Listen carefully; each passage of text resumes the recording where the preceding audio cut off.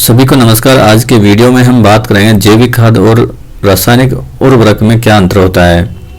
दोस्तों, हम खेतों में आवश्यकता अनुसार जैविक खाद भी डालते हैं और रासायनिक उर्वरक जैसे यूरिया, डीएपी आदि भी डालते हैं। तो जैविक खाद जैसे गोबर की खाद, कंपोस्ट, वर्मी कंपोस्ट और रासायनिक उर्वरक जैसे यूरिया, डीएपी आदि में क्या अंतर है, आज के वीडियो में इसके बारे में हम बात करेंगे।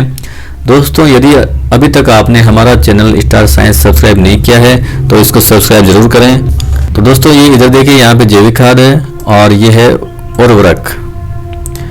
अब देखते हैं, जैविक खाद पेड़ पौधों और जंतुओं के भागों तथा अवशेषों को सड़ाकर बनाई जाती है। तो जैविक खाद पेड़ पौधों और जीव जंतुओं और उनके अवशेष पदार्थों को सड़ाकर बनाई जाती है। और रासायनिक उर्वरक जो है वो अनेक रासायनिक अभिक्रियाओं द्वारा तत्व या खनिज पदार्थों से कारखानों में तैयार किए जाते हैं। तो उर्वरक कारखानों में तैयार किए जाते हैं, जबकि जैविक खाद प्राकृतिक रूप से तैयार की जाती है। पौधों के सभी आवश्यक तत्व जैविक खाद में उपस्थित होते हैं। तो दोस्तों, ये सबसे बड़ी बात है, बहुत बड़ी बात है कि जैविक खाद में पौधों के लिए आवश्यक सभी पोषक तत्व उपस्थित होते हैं, परंतु पोषक तत्वों की मात्रा सघन नहीं होती है, यानी उनकी प्रतिशत मात्रा बहुत कम होती है। जैसे हम गोबर की खाद की बात करें तो उसमें 0.5 से 1% तक, 0.5 से 1% नाइट्रोजन होती है। 0.5 से 1% उसमें नाइट्रोजन होती है। जबकि उर्वरक की हम बात करें तो पोषक तत्वों की मात्रा काफ़ी सघन होती है, परंतु इनमें 1 या 2 पोषक तत्व ही मिलते हैं। तो प्रतिशत मात्रा पोषक तत्वों की काफ़ी अधिक होती है। जैसे यूरिया की हम बात करें तो यूरिया में 46% नाइट्रोजन होती है। यूरिया में 46% नाइट्रोजन होती है, लेकिन केवल 1 पोषक तत्व ही यूरिया में होता है। तो ये सबसे बड़ा अंतर है। जैविक खाद में सभी पोषक तत्व पाए जाते हैं, जबकि उर्वरक में 1 या 2 पोषक तत्व ही पाए जाते हैं। पौधों को पोषक तत्व की प्राप्ति धीरे धीरे होती रहती है और जैविक खादों का प्रभाव जो है वो 1, 2, 3 वर्ष तक लगभग मृदा में बना रहता है।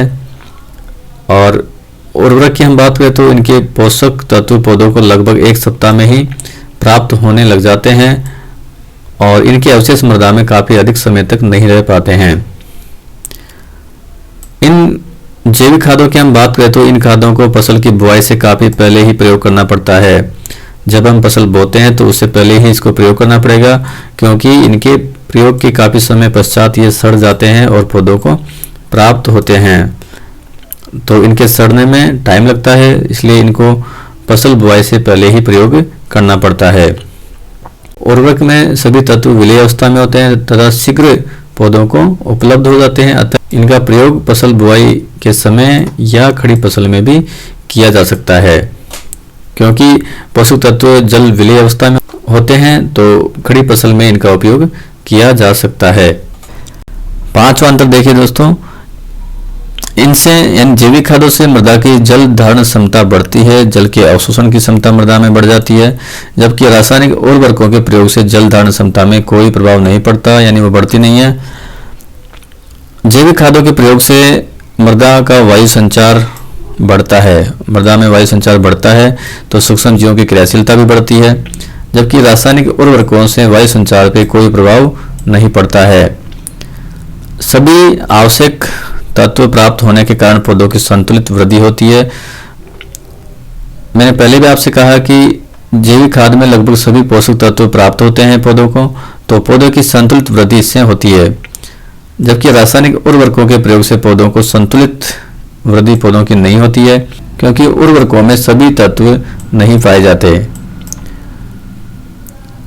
जैविक खाद के प्रयोग से कार्बन नाइट्रोजन अनुपात मृदा में संतुलित रहता है और रासायनिक उर्वरक के प्रयोग से इस कार्बन नाइट्रोजन अनुपात पे कोई प्रभाव नहीं पड़ता है। मृदा ताप पर अच्छा प्रभाव पड़ता है, जबकि रासायनिक उर्वरक के प्रयोग से मृदा ताप पर कोई प्रभाव नहीं पड़ता है। जैविक खाद के प्रयोग से मृदा में कार्बनिक पदार्थों की मात्रा बढ़ जाने से उनके अपरदन में कमी आती है।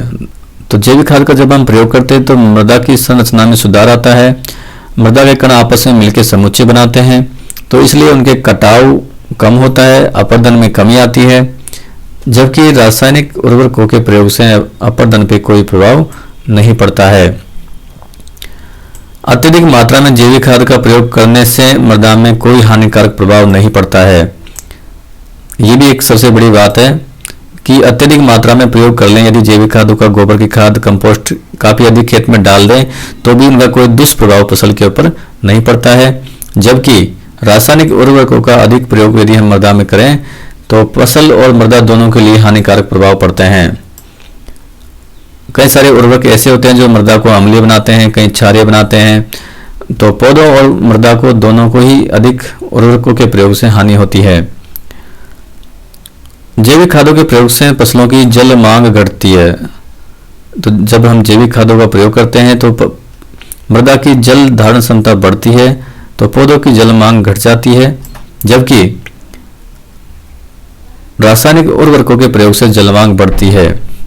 उर्वरकों का जब हम प्रयोग करते हैं तो उसके तुरंत बाद सिंचाई करना आवश्यक है, नहीं तो फसल के सूखने का डर वहाँ पे रहता है, क्योंकि उर्वरकों के लिए पानी आवश्यक होता है। पानी के साथ ही वो विलय अवस्था में आकर पौधों को प्राप्त होते हैं, तो इनको पानी की आवश्यकता ज़्यादा होती है, तो जल मांग बढ़ जाती है। जैविक खाद के प्रयोग से मृदा की उभय प्रतिरोधन क्षमता बढ़ती है। जैविक खाद का प्रयोग करते हैं तो उभय प्रतिरोधन क्षमता बढ़ जाती है, जबकि रासायनिक उर्वरकों के प्रयोग से मृदा की उभय प्रतिरोधी क्षमता पर कोई प्रभाव नहीं पड़ता है। दोस्तों, उभय प्रतिरोधी क्षमता के बारे में मैं आपको बता दूं कि यदि मृदा में थोड़ी सी मात्रा में एसिड या बेस मिला दें तो उसके पीएच में कोई भी परिवर्तन नहीं होता है। इस क्षमता को कहते हैं उभय प्रतिरोधी क्षमता, और इंग्लिश में इसको कहते हैं बफर कैपेसिटी। तो दोस्तों, कुल मिला के बात यह है कि जैविक खाद बहुत ही काम के हैं। फसल पे, मृदा पे कोई भी हानिकारक प्रभाव नहीं डालते। सभी पोषक तत्व इनसे पौधों को प्राप्त होते हैं। पौधे की संतुलित वृद्धि होती है, मृदा के जैविक, भौतिक, रासायनिक गुणों में सुधार करते हैं। जबकि अपन रासायनिक उर्वरक की बात करें तो उसमें पोषक तत्व 1 या 2 ही पाए जाते हैं, परंतु वह अधिक प्रतिशत मात्रा में पाए जाते हैं और मृदा में ये हानिकारक प्रभाव छोड़ते हैं। तो कुल मिला के ये बात यह है कि रासायनिक उर्वरकों का प्रयोग हमें कम से कम करना चाहिए और जैविक खाद आदि का उपयोग हमें ज़्यादा करना चाहिए। दोस्तों, आज की वीडियो में बस इतना ही।